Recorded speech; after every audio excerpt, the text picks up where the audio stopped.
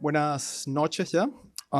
Y muchas gracias a Zoila y a Lauro por la invitación. En nuestro panel hablará sobre las diferencias culturales y sobre cómo el arbitraje internacional percibe el arbitraje en América Latina, ¿no? Y para hacer este choque cultural más evidente, decidimos justamente empezar este panel 1 hora y media más, 1 hora 47 más tarde de lo previsto. Ese tipo de cosas culturales que ocurren y que pueden chocar a otras personas, pero que ocurren en América Latina. As Laura said, we are going to discuss in English this topic, and I am very lucky and glad to be surrounded by a quite diverse group of excellent practitioners of international arbitration that you already know, but as moderator of the panel, it is my duty to introduce to you. So we have Valeria Galíndez, partner at Galíndez Arb. She's the senior co-chair of the IBA Arbitration Committee and also a very well-known and respected arbitrator. We have Yasmine Lahlou, partner with New York-based boutique Chaffetz Lindsay and has over 20 years of experience in international arbitration and litigation. She's trained in Paris and admitted in New York. So she's experienced in both civil and common law systems. She has extensive experience with Brazil and Brazil-China related disputes in many different sectors. We have Katie Gonzalez, associate in the New York office of Cleary Gottlieb. Her practice focuses on international litigation and arbitration with an emphasis on Latin America.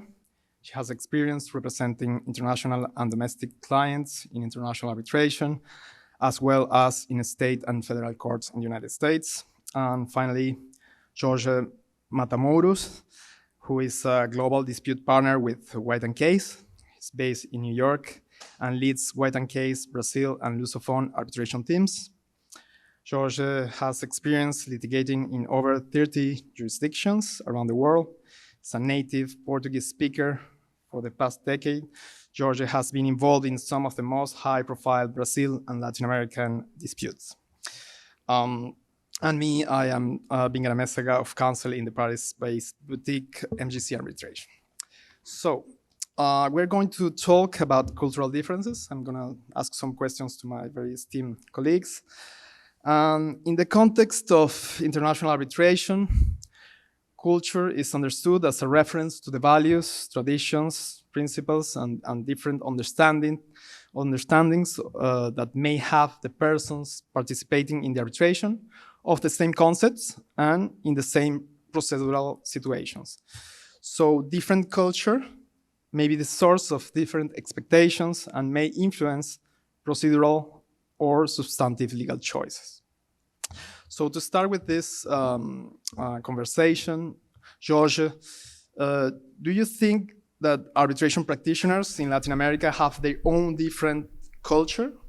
Can we say that there is a distinct Latin American culture, or there are also very important differences among practitioners from different countries inside Latin America? Thank you, Bingen, for the question. Thank you, Canal Arbitraje, for the invitation. Thank you, all of you, for being the late resistance in staying so late.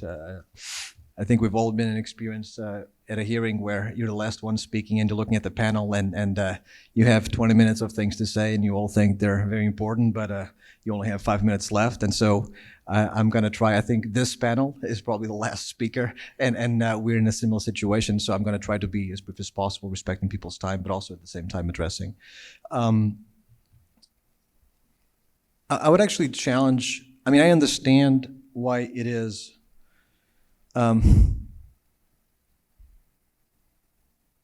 what is a strict proposition to think about Latin American culture in arbitration, but I would actually challenge that premise in the sense that there is definitely different cultures globally, and those have an impact in terms of the way people understand each other, the way people exercise their duties as arbitrators, as practitioners, even as expert witnesses.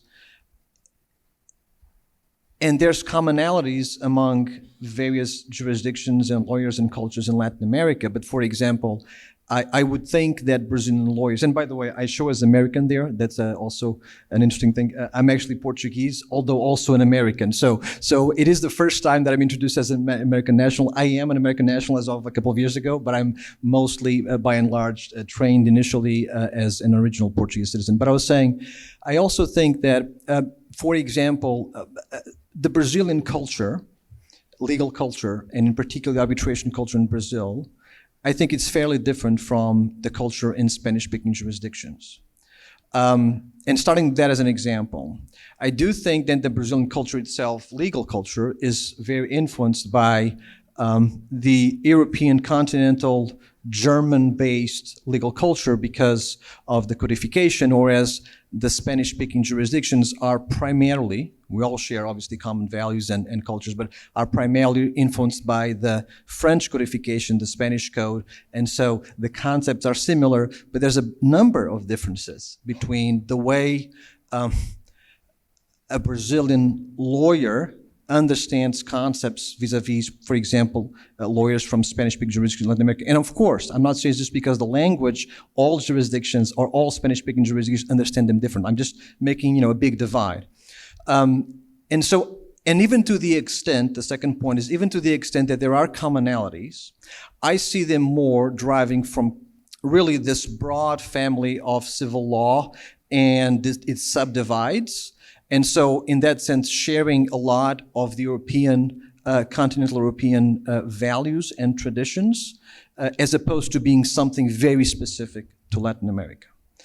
The third point on this is there is also, I think, an America's influence in Latin America that is much less prominent in Europe. And by that I mean several jurisdictions in Latin America, and I think I've worked I certainly am not from one of those jurisdictions, but I've worked extensively in them, different colleagues, different contexts. I would say that on average, they have a stronger influence from the US legal system than, for example, European traditions have. So I think it's such a hybrid. And when you travel across the world from a legal standpoint, you don't actually have to travel, but when we talk to people, I think all of us have a version of our own legal exceptionalism. Every country will say this author of the code was so important. It really determined how the code is going to be, or a particular thesis.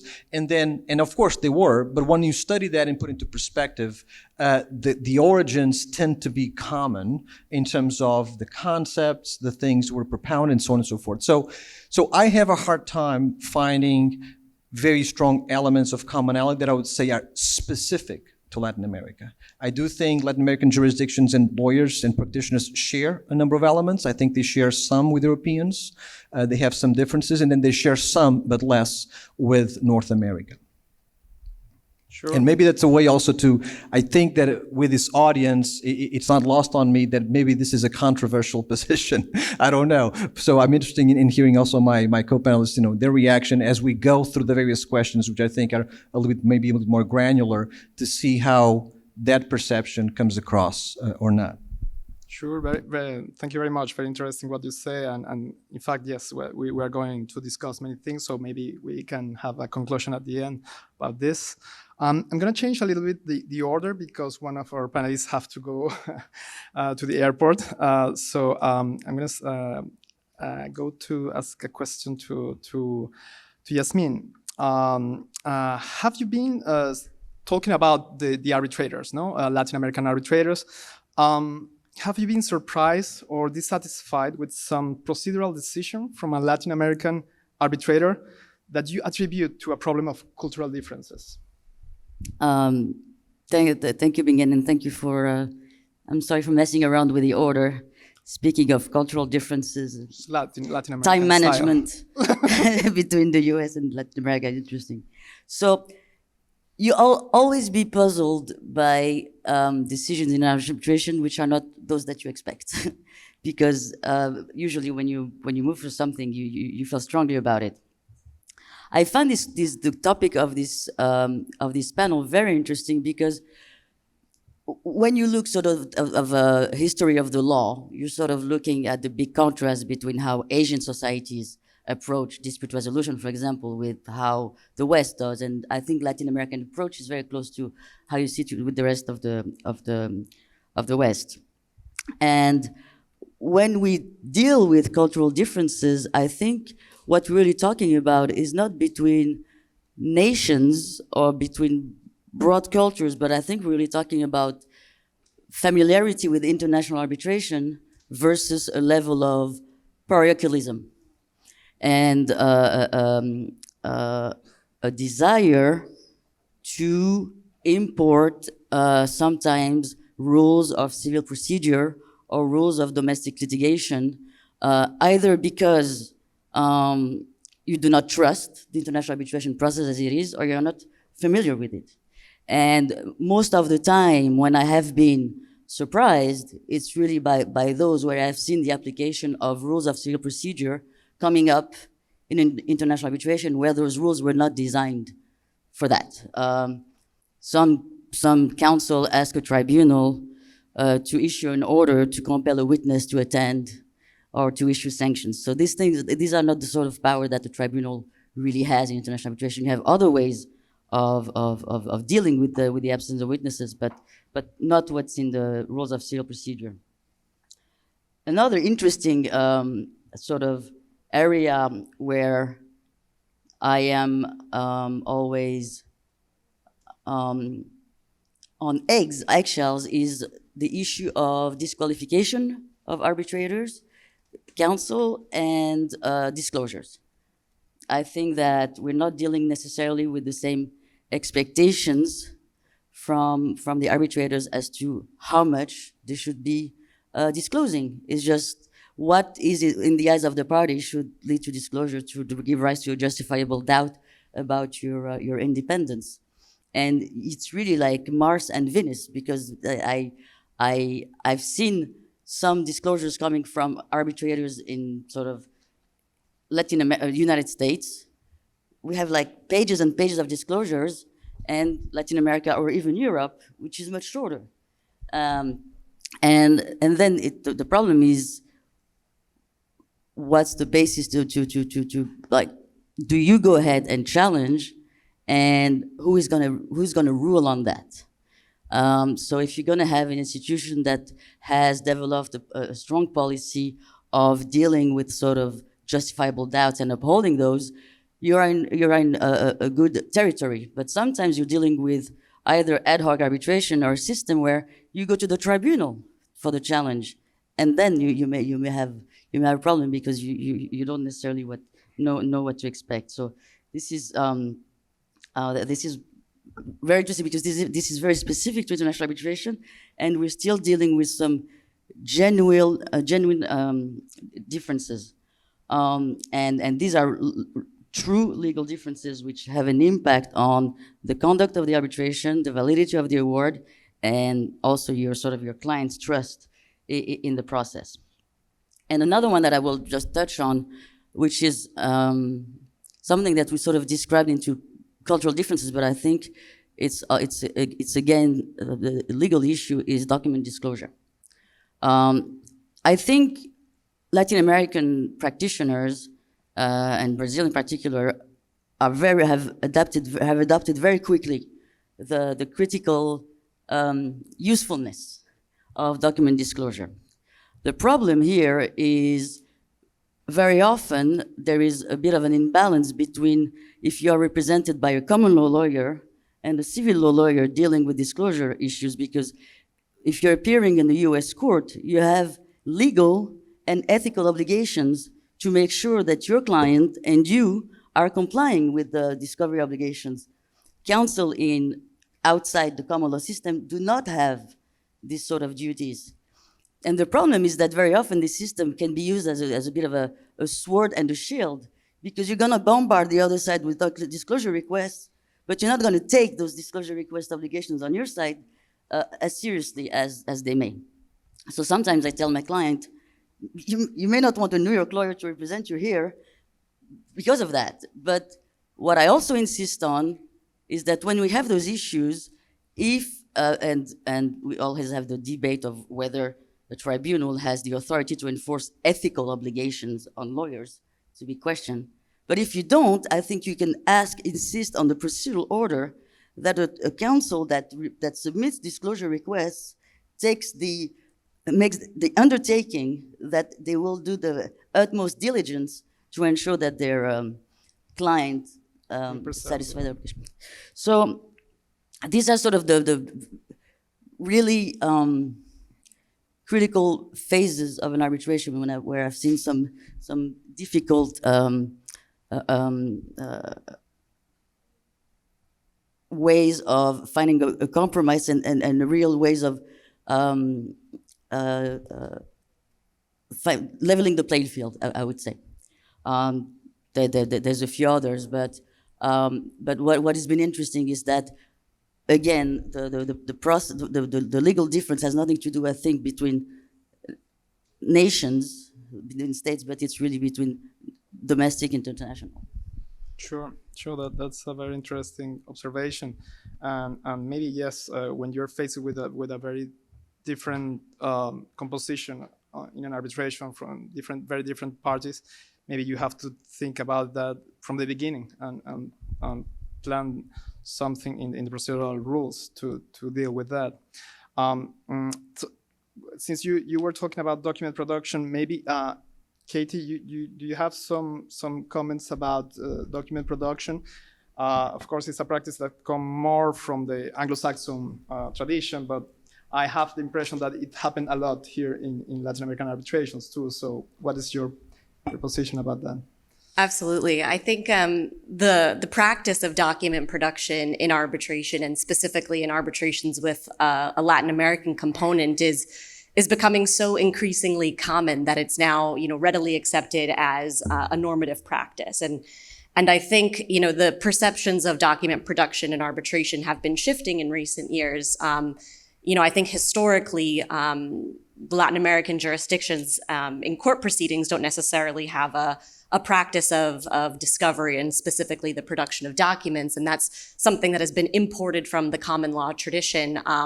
But now I think when we, talk about cases with our clients, it's not something just that parties expect to happen in their arbitrations, but it's actually something that parties themselves want and are advocating for. So I think it is becoming more common, and we work a lot with clients to try to structure their arbitration agreements or the arbitration processes themselves to kind of accommodate some form of limited document production. But that being said, and even despite a lot of these commonalities, I think there are some specific issues that can arise in the context of Latin American disputes. And I think, one of the starkest, at least in my practice, is derived from the differences that we see in sort of the corporate structure and understanding of clients that might be based in the United States versus clients that might be based in Latin American jurisdictions. Because one of the things that I've seen is a lot of companies that are based out of Latin America may not necessarily have a robust or even an existing document retention policy. And so that's sort of an issue that we've had to confront. And I think it can come as a surprise to some counsel that may not, necessarily have experience in the region, where a dispute arises and, you're speaking with the client and then you realize that there may not be necessarily contemporaneous documents or evidence or internal communications that are necessarily going to be relevant to the dispute, especially if that dispute, had occurred many years ago. And so I think, maybe, Yasmine, to what you were saying in terms of, document production being a sword and a shield, I think parties can kind of find themselves in a fairly precarious situation where, they've either agreed to document production or they've requested document production from the other side, but they're going to find themselves with some significant gaps in their own production. And so, this can in turn, I think, lead to a number of ancillary disputes within the arbitration process, disputes relating to a party's obligations to disclose documents, and this can lead to a significant increase in the cost and the timing of a case, which frustrates, I think, one of the main objectives of arbitration, and may take certain clients by surprise. And in the most extreme examples, tribunals can decide that they want to draw adverse inferences potentially from a party's inability or failure to produce relevant documents. I think generally, what I've seen at least is that while a tribunal's willingness to find adverse inferences is fairly rare, these production disputes that have been arising specifically in the context of arbitrations with some kind of Latin American nexus are not. So parties, I think, can try to position themselves in a way that anticipates that, there might be some issues in terms of document production based on, how a company is structured or whatever policies they might have in place. Sure, certainly that's something that you have to think about at the beginning too. The arbitration. Yasmine, you have the time still for an last, very quickly. So just take in advance that you're still here. One question was about the organization of the proceedings.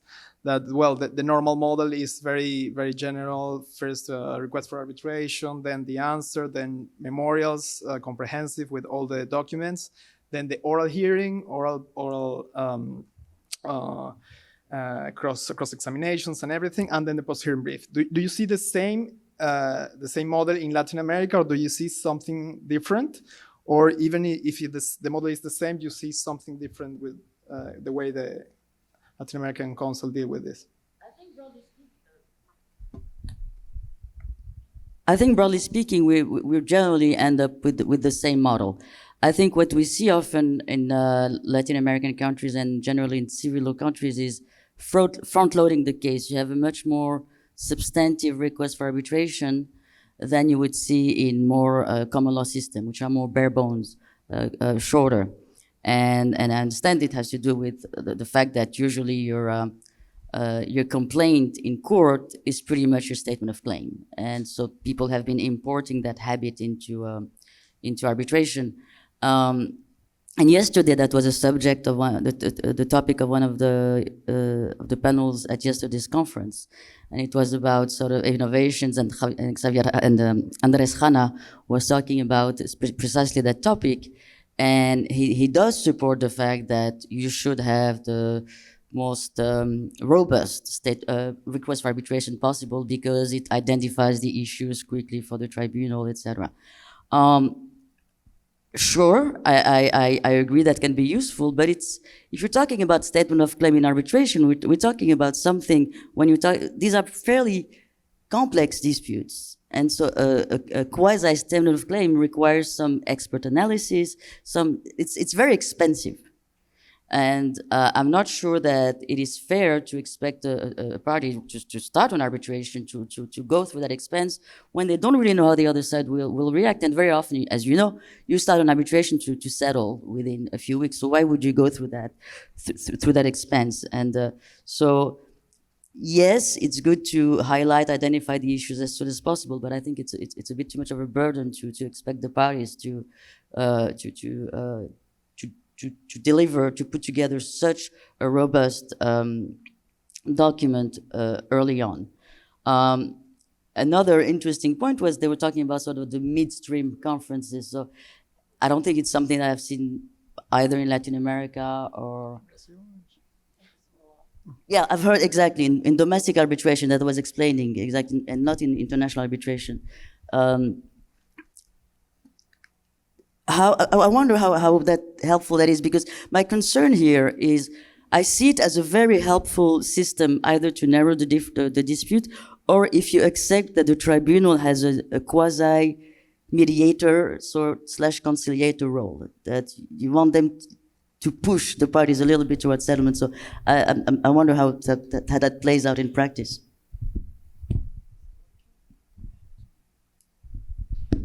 Thank you. Actually, it's not exactly a midstream conference. If we have to be, strict with the concept of this midstream, what is now, I would say, the general practice in domestic cases in Brazil is to have what you may have heard yesterday, what we call the presentation of the case hearing, which means that basically parties do the opening statements, the same opening statements that you would have in your, evidentiary hearing. And then what also tends to happen is that the parties and the arbitrators discuss the next steps of the proceedings, because what is interesting is that in Brazil, and this is not the case in other Latin American countries, not in my experience, but in Brazil in particular, do not want to establish the provisional timetable, the full provisional timetable at the outset of the proceedings. So what happens is they do the first or two rounds of written statements, and after that they want to have this sort of hearing and then discuss further steps, which includes document production, a hearing for witnesses, etc., and even expertise, which has not even started. We may discuss whether or not this is sufficient, but this I believe it's not. But in any case, this is what has been the practice here in Brazil. So it's slightly different from a midstream conference. Can I say something on this? And I know that Yasmine has to go soon, so I don't want Yasmine, if you want to. I actually think this is an area where all of us, and I don't think this is Latin America again specific. I think it's just an area where we could do so much more. I think that one of the great values, I think, for clients, for the dispute resolution process as a whole of our industry, of our space in the field of generally speaking dispute resolution, is the flexibility of the process, right? If you talk to a litigator in the States, they'll say, well, there's no process at all. You guys do whatever you want to do, right? So, and we perceive it as being obviously a due process, but definitely there's a lot of flexibility. Arbitrators can do a lot of different things. And what I find most frustrating, so I'm not advocating for a particular type of alternative system all at once that applies across the board. I do also think, I don't know if Yasmine was mentioning this, I do think it's probably helpful to have a general expectation. You don't want to completely change the proceeding or the procedure based on any given arbitrator. But what I find frustrating as counsel, frankly, is almost disrespectful of our time and of clients' money, is that we go through the pleading stage, and sometimes not anyone's fault, it's just the way it is set up. We go through the entire pleading stage and we don't have a clue of what the panel thinks. And it would be so helpful, and you're writing hundreds of pages, producing expert reports on something that at the end of the day the panel has literally zero interest. They've looked at it already and they say, no, it's not the issue. And so having engagement, and so it can be this midstream conference, it can be whatever excuse procedurally where we can understand from the panel, and the panel can also have an opportunity to engage initially.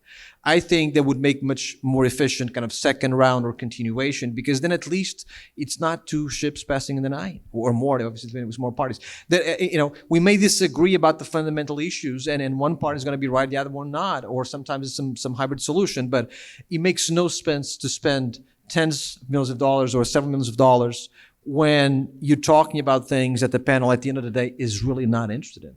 And I think that happens so many times, more often than it should, and frankly, more often than not.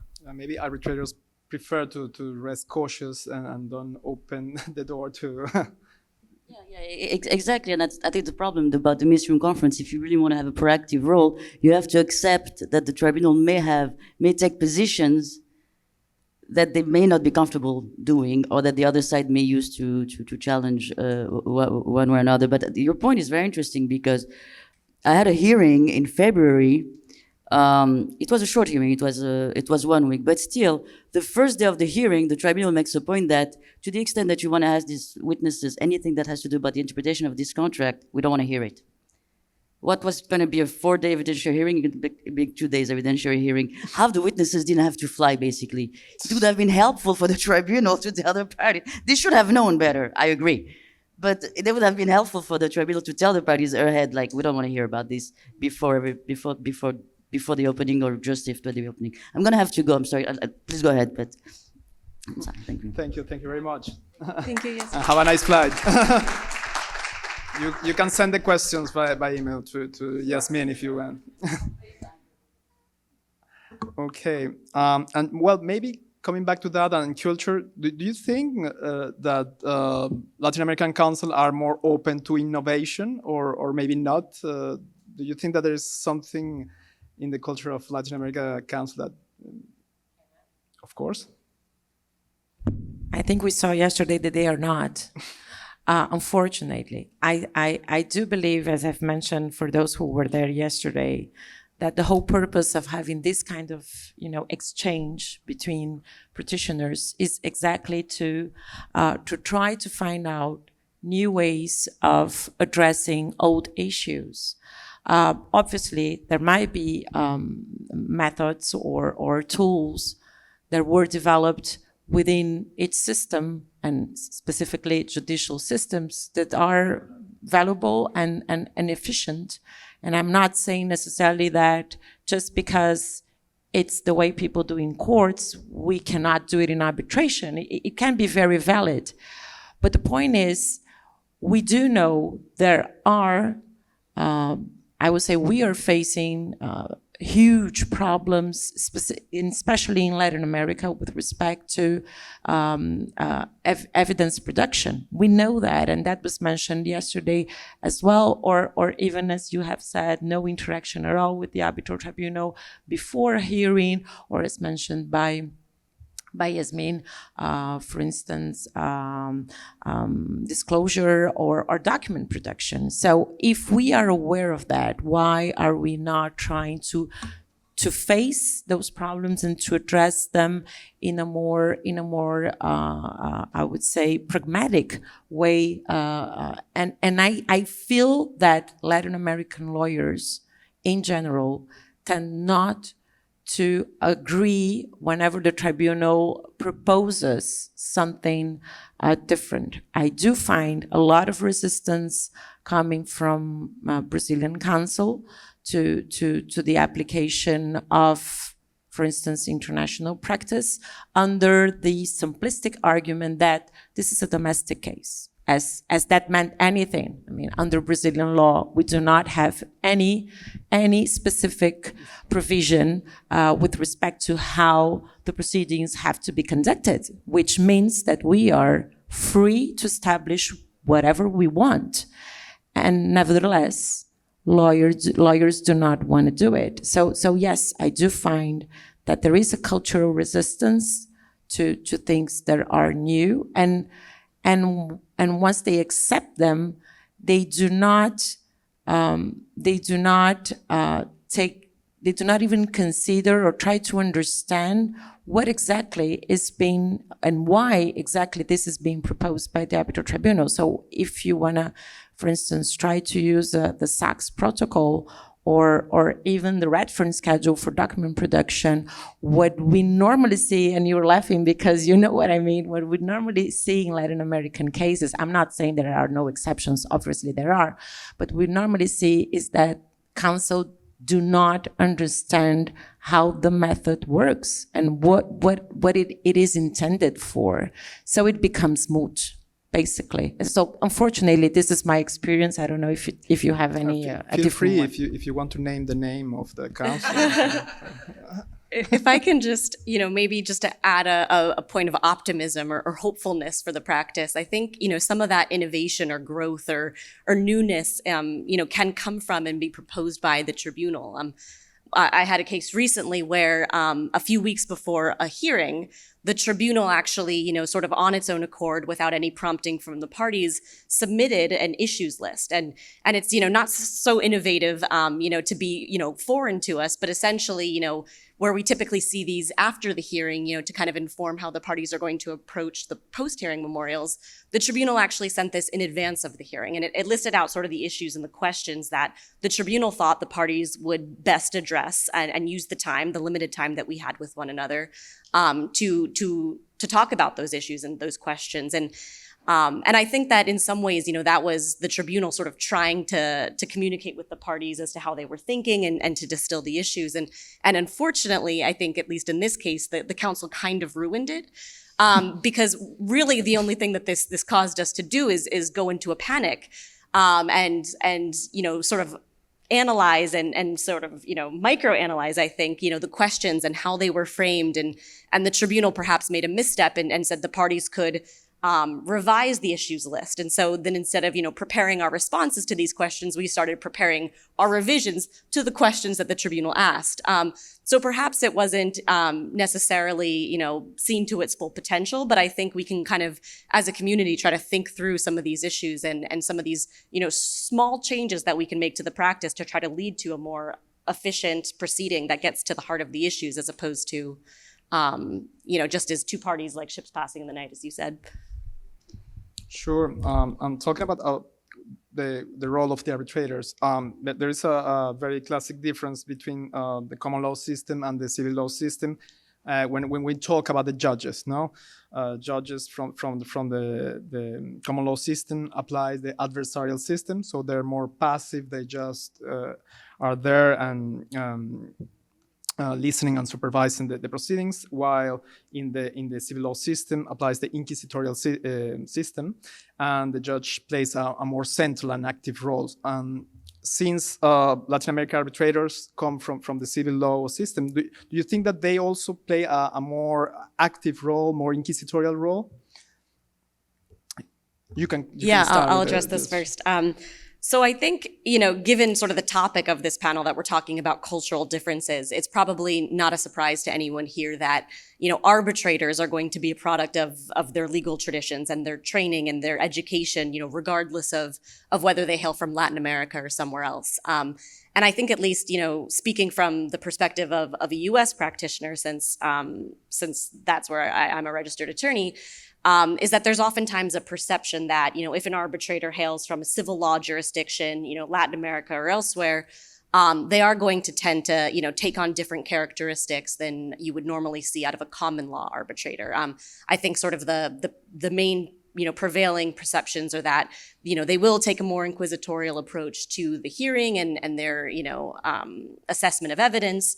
And also that they might, take a different view towards, how to supervise and manage the process of an arbitration. And I think, this can be unfair in a number of respects. And I think at least with respect to the process point, there is a sense that, given the legal formalism that, permeates a lot of court proceedings in Latin America, you're going to see arbitrators from the region that, necessarily apply these same principles and take on these very strong supervisory roles that are more of an expression of the arbitrator's presence or preference, as opposed to, what the parties themselves have selected. And of course, party autonomy being a very important tenet of international arbitration. And I think this is unfair. I think, in a practice where, we oftentimes see a mixture of cultures, common law, civil law, various different countries represented. I think arbitrators, and that's across, the common law jurisdictions and the civil law jurisdictions, recognize that they don't necessarily want to be litigating or approaching a process in the same way that they would a court. I mean, they have, after all, opted out of the court system and chosen arbitration as a different forum. So I think that on the process point is a little bit unfair and doesn't necessarily hold true in my experience.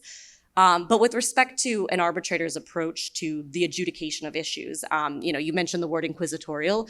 I think there is probably a tendency from arbitrators or parties that are from civil law traditions to kind of look at the evidence and their role a little bit differently. And I think a lot of civil law arbitrators and arbitrators from Latin America specifically are going to view their role as the individual that has to identify and consider and hear all of the relevant information, whereas a lot of common law arbitrators might, take on a slightly different approach where they think, the parties have brought the evidence to them and it's just their job to consider. And I think this can manifest itself in, different sort of, conduct at the hearing. At least in my experience, it's fairly uncommon, I think, for, certain or a lot of civil or common law arbitrators to, ask a lot of questions of various witnesses. But I think this is something that's increasingly common among various arbitrators who might hail from, the Latin American region. And they do tend, I think, to kind of pose more questions to witnesses, specifically expert witnesses or legal witnesses, because they're very interested in getting at the core of these issues, and they're not necessarily posing it as, a hostile cross-examination like we typically see in the practice in the United States, but more, again, trying to get to the heart of the issue so that they can fairly adjudicate the case. You have a comment on that? Just a slightly different perspective for me. I think I agree with the general perception that Kiri described in the US versus the civil law practitioners as something kind of very vague and uber generalistic. But I actually never thought about that. I think I understand the difference. I was formed like in the civil law. I'm US trained as well. I've been practicing international stuff like 15 years. So sometimes if I have a hard time, some particular problems, I go to my civil law conceptual kind of arsenal and think about it as originally a Portuguese lawyer, was a lawyer. Some other things, maybe because I saw them first in a different context, I think as US lawyer. But this one, I never at least realized this is a real issue culturally. What I have seen, so to push back on that is, or to slightly disagree, is that there is a stark difference between well-prepared arbitrators and not well-prepared arbitrators. And well-prepared arbitrators, not always, but they tend to ask pointed questions, go to the evidence as you're making arguments because they're following what is happening. And so I see that as much more, on average, a function of how familiar she or he are with the materials than necessarily because they come from Germany versus Brazil, Paraguay, or Canada or US, in my personal experience. Sure. Yes, go ahead. Can I just add something? I do agree 100% with what you have just said. But I do think, and I've realized that when I was working in a tribunal together with a KC, at the time QC, and an American lawyer, in this case, which had no relation whatsoever with Latin America, and we were discussing the witnesses that were being heard during that particular hearing. And I've realized at that moment that it is true that we are civil law practitioners, and that happens also to common law practitioners. We are trained to think differently and to approach evidence in a different form. You are certainly privileged by the fact that you have two qualifications, and that gives you, I think, maybe a broader approach to everything. But when you have practiced for, 20, 30, 40 years in a certain way, you were trained to think in a specific, format. Civil law practitioners, I think we all will agree on that, we tend to give far more importance to documentary evidence than to witness evidence, for instance. So the tendency that a civil law practitioner has is to believe on the document and not necessarily on what the witness is saying. Whereas I've realized that from common law practitioners, witnesses are key. So it's very interesting the way we tend to, as I said, give more importance to a certain type of evidence than the other. Maybe civil law practitioners tend to be more, maybe less strict with the legal approach, because we do have principles. There are somehow the same principles in all legal systems, whereas I see that common law practitioners, they try to understand in more detail, and especially if you are applying a civil law system, how it works. So there are differences, and they are important. But at the same time, obviously, when you are acting as an arbitrator, I think you have the duty to open your mind and to try also to understand how the parties have,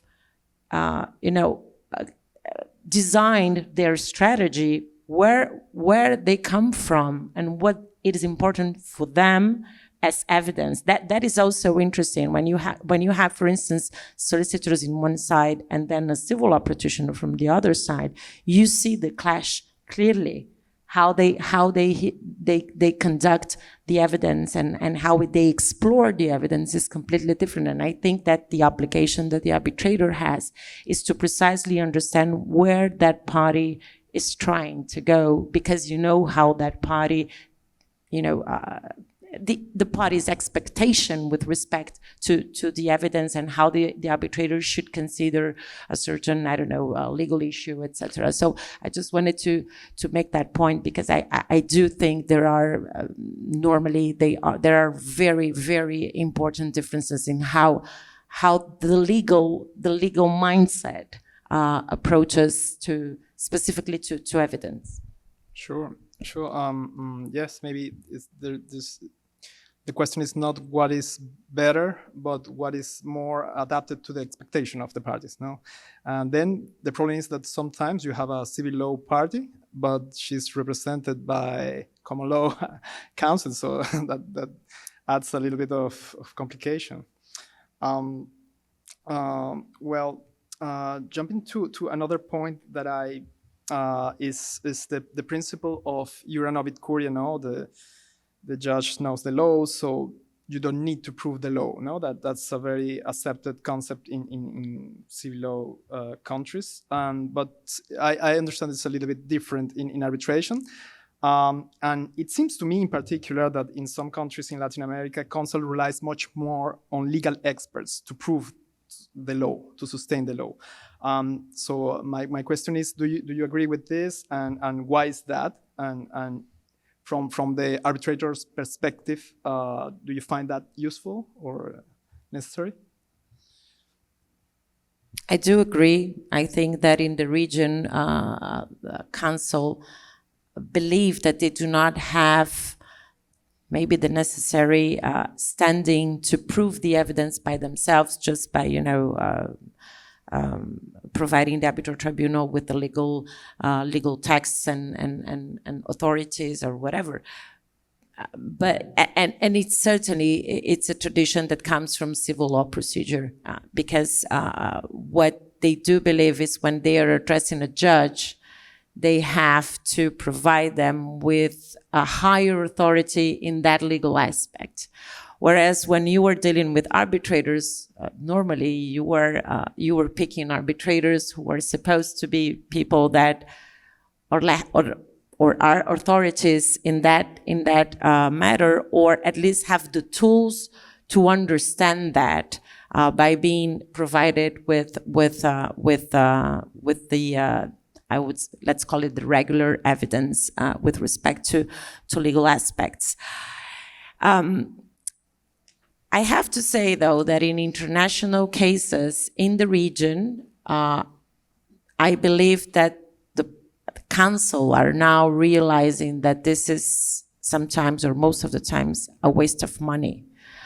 But obviously, it will depend a lot on the constitution of the arbitral tribunal that you have, because if you have arbitrators who are not qualified in that specific legal system, you may want to produce that evidence. But I feel the tendency that counsel are now more aware of the fact that this is not something, I would say, almost mandatory. In domestic cases in Brazil, you still see a lot of counsel resorting to legal experts to make certain specific legal submissions.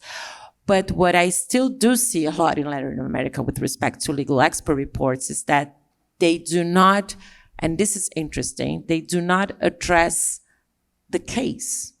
So normally those legal expert reports, they are general, theoretical. They do not make the link between the facts of the case and the specific, I don't know, legal theory or provisions that are being discussed. And I have to say that I question whether or not this is really useful to the arbitral tribunal.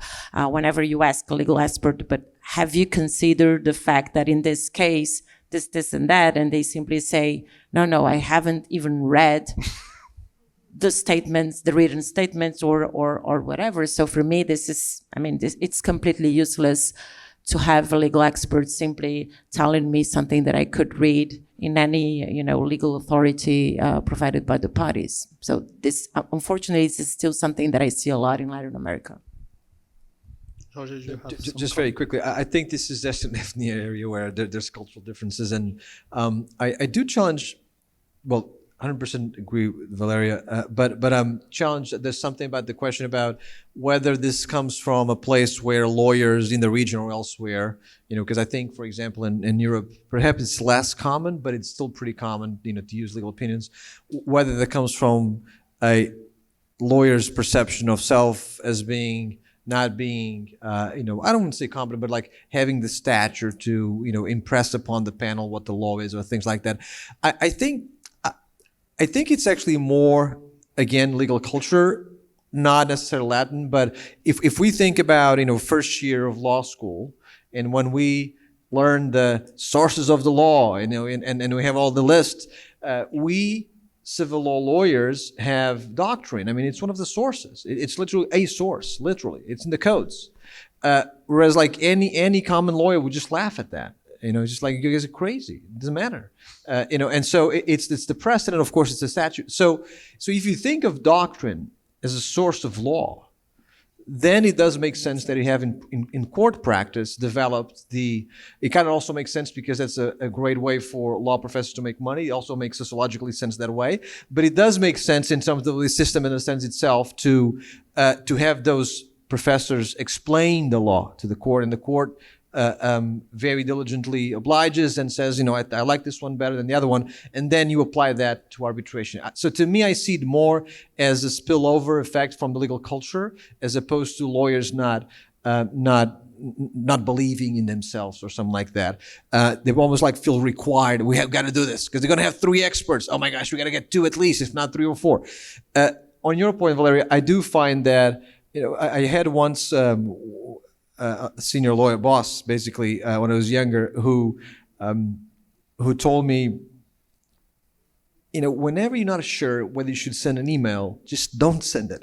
Just like sleep on it and wake up tomorrow and think about whether you want to send it or not. And it's one of the best advice I've ever received in my career, because we were in such tense environments, a lot of adrenaline, etc. And sometimes you say things, or you could say things you regret. And I think with expert report, it's kind of like that. If you're not sure exactly what is the value you're going to extract from it, just don't do it, because it creates so many problems. If you don't have the facts, of course, it's exposed like okay, so if the fact is this, you have nothing to say, right? So goodbye. If he or she does talk about the facts, then how do you know? Go through the evidence. It's a big problem. I'll just end with this on this point. I have found that when the expert puts real time into the case, and it's just not like, citing like chapter 3 of his or her book or something, but actually to understand and to frame the issue, even if theoretically, with some assumptions in the context of the case. I think a legal opinion can be very powerful in certain circumstances, if well done, and if very narrow on a particular key aspect of the case. But as a general matter, I think they're definitely overused and actually counterproductive. Not just useless, but they're counterproductive. Yeah, probably overuse, sometimes useful, and sometimes there is this competition. No, if the other party produce 1, you have to produce 2. It is crazy, but good thing to think twice about this option. And we have talked about the IBA rules on evidence. In general, soft law rules are very helpful in these cases of inequalities, different cultures, encounter of different cultures. So some authors say that the IBA rules on evidence that are very popular and well used are too influenced by the common law culture, and a group of practitioners mostly from the east of Europe, drafted the rules on the efficient conduct of proceedings in international arbitration, also known as the Prague Rules, in order to provide with a more civil law-oriented approach on these questions. So my question to you, Valeria, a very objective point of view, what set of soft law rules are more accepted in Latin America, in your experience? Of course, IBA. No, I mean, but it's true. I have to say, and I know there are different experiences here in the panel, but I have never been asked to apply the Prague Rules so far.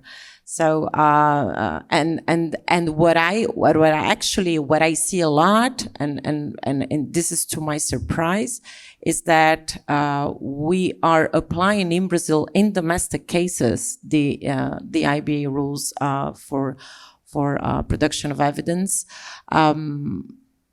And not even adapting those rules to certain aspects of the case. I've mentioned yesterday that the rules are actually a menu. They are not an attempt to establish a certain standard of anything. They are just a compilation of, I would say, maybe consolidated or best practices in international arbitration. I particularly do not agree with the criticisms that have been made to the IBA rules, a lot coming from Brazil in particular, that they are more common law oriented.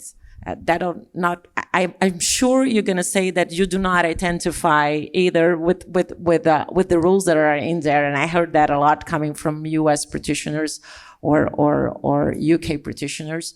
But not only that, the group of people, the task forces that were involved with the drafting and later revision of that rules are actually, the majority is coming from civil law countries, which demonstrate that this is not true.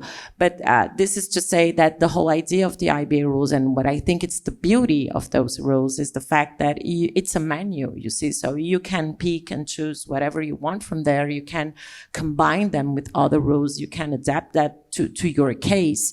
And unfortunately, I don't see that happening a lot. But in any case, I think definitely in Latin America, for instance, at least in Latin America, those are the set of soft law rules that are most applied.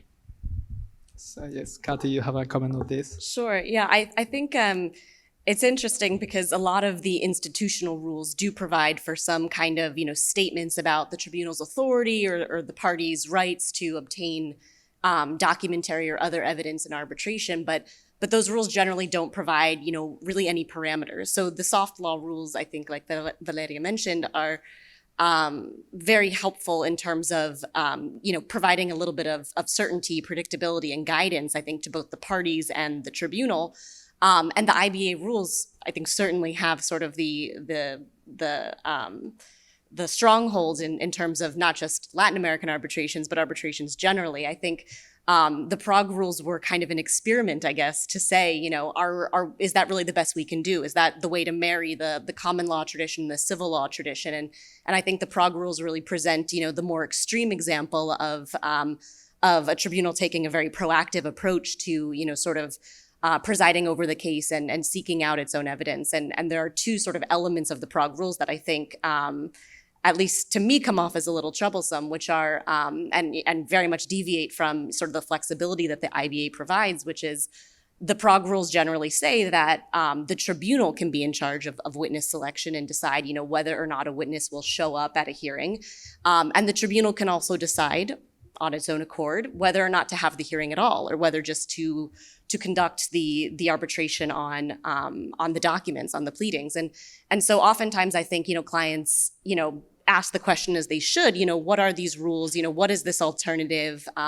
But generally, I don't think the Prague Rules are something that's really applied in practice. And I think, they would be probably exceedingly problematic if you have a case where the amount in dispute is great, where there's complexity, where, there's factual issues, because that's when you want to be able to probe the evidence and to have sort of that party autonomy over the process. And so the application of the Prague Rules, which are, I think, largely untested, could lead to serious questions about the quality of an arbitration award, which would, open the party up to potential challenges with respect to the enforcement of the award. So it's a good question to ask in terms of whether we should, be thinking about applying it to the cases, but I haven't seen it applied in practice. So I don't know that that's about to change anytime soon. So Valeria did never see it. Katie, no, I mean, it's very simple. I agree with what both they said, what they both said, and to me, it's kind of very simple. If it ain't broken, don't fix it. I think the IBA rules work just fine. They're very measured, as Valeria said. They're a menu, and so if you want to deviate from them, you have a burden of persuasion. You have to explain why, and I think that's fine. And I've deviated from them in certain cases, and I've tried to, and I've succeeded. Some other cases I haven't. But I think they work just fine. They work great, honestly. I mean, I think they're Sure. And they do strike a balance between different legal cultures, I think, which I find is important. There's a lot of work on those rules, isn't that? So, okay, I never see the Prague Rules never in a procedural order neither. But I never see the IBA rules as a imperative rule neither. It's always like a possibility for the tribunal. So with that, I think that we can close this panel. I left to the survivors of the audience the conclusions, the opportunity to take the conclusions about these topics, and of course I open the opportunity for the audience to ask questions to the panelists.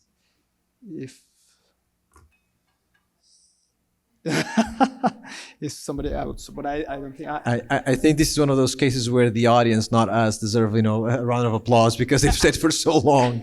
So thank you very much for staying till so late. Thank you very much. Appreciate it. Thank you.